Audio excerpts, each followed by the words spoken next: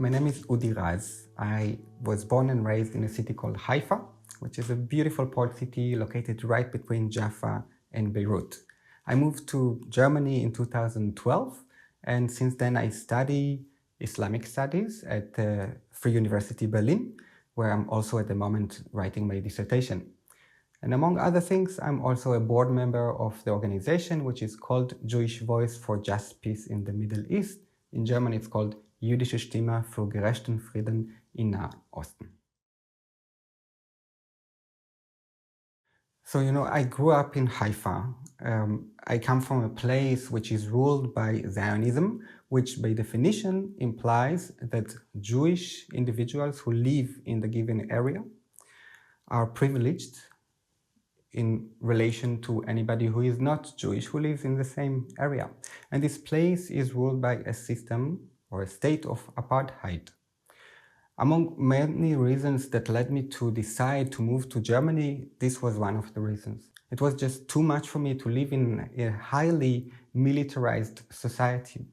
I escaped Palestine, Israel, in order to try to find a place where I can live as an individual in a place that guarantees you democratic freedoms.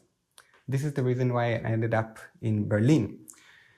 In Berlin, I studied Islamic studies because perhaps subconsciously this was the closest I could get to the place which I just left while maintaining this distance that I really needed back then. And the more I studied about the place where I'm coming from, the more I understood how much gaslighted I was these entire decades I spent over there. The more I studied about the region where I come from and about Islam and the place in which Islam was introduced into the world and the people who understand themselves as Muslims, I understood that Judaism and Islam have much more in common, specifically, by the way, here in Germany, than I used to think. Here in Germany, Jews and Muslims are all perceived as other to Germany. One minority is being celebrated by politicians and by media here in Germany, but another minority is being subjected to extreme state repression. And understanding that this state repression that we're witnessing at the moment, what are the techniques of power that are being deployed here reminded me a lot of stories that I heard at home, but also at school, from Holocaust survivors who could explain precisely and very accurately why racism is so dangerous and what are the consequences in terms of long-lasting effects and the loss of life. For me, the more acute question is less the question of how we name the place where I come from, but what are the techniques of power that governs the life of everybody who lives between the Jordan River and the Mediterranean Sea. But this positionality and the fact that I was indoctrinated into Zionist knowledge production and I was even participating actively, for example, I went to the IOF, I was a soldier there. Something that I truly and deeply ashamed of. And this was for me a huge challenge to overcome all this that I thought I know about the world where I'm living at. And it was very challenging for me to reflect with myself, but also to find individuals who were empathic and understanding and even had enough patience to guide me through this process. And I'm talking specifically about Palestinians.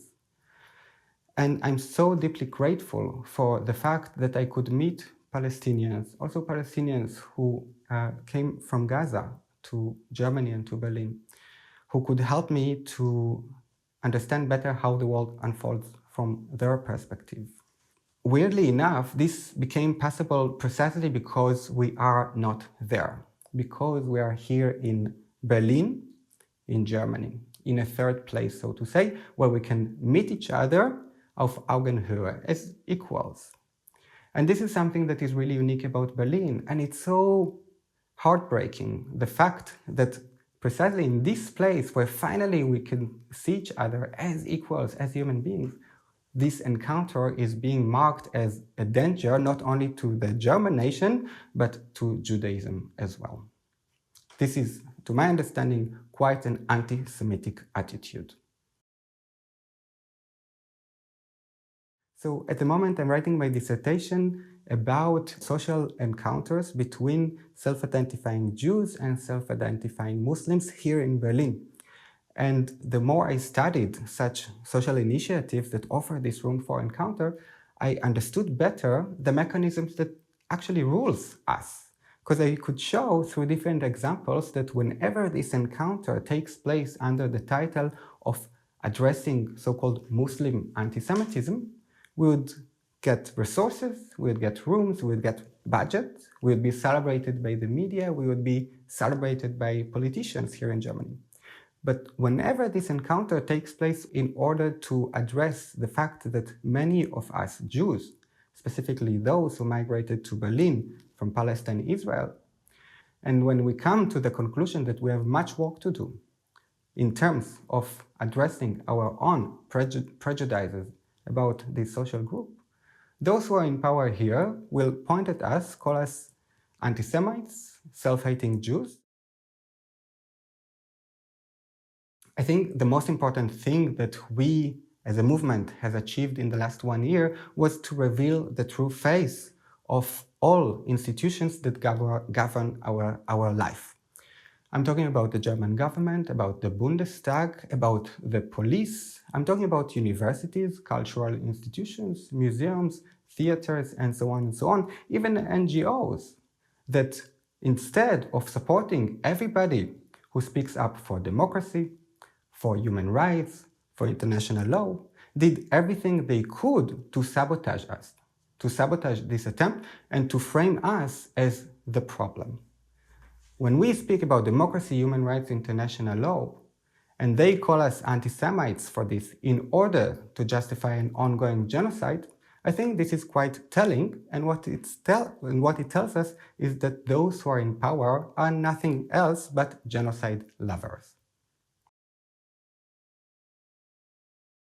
What makes me hopeful is the fact that when you look at the movement, when you go on the street day by day, week by week, month by month, now year by year, you see such a diverse group of people. You see heterosexuals, queers, you see Palestinians, Jews, Germans, disabled people, abled bodies, women, men, you name it. I've never in my life seen such a diverse group of people gathered around one cause. And I think this is quite highlighting, or this underlines quite precisely the fact that what we are witnessing at the moment are atrocities that are directed against human beings whom we also perceive as human beings. We act at the moment for different reasons, but in its essence, what brings us together is the fact that we understand what does it mean to be a human being in a system that requires you to perceive some individuals within the realms of being a human being, and some others are expected to be excluded from this. And we say, no, this is a red line, and we are going to stay loud, we are going to stay visible, not only until the genocide is over. This is, of course, the most urgent task that we have at the moment, but until Palestine is free, until everyone is free. And I'm talking also about Congo, about Sudan, about Haiti, about Papua, about Myanmar, about Afghanistan, about Syria and Lebanon. All those struggles are united. And now we see it in our own eyes. We see it live, not on public media, but on social media.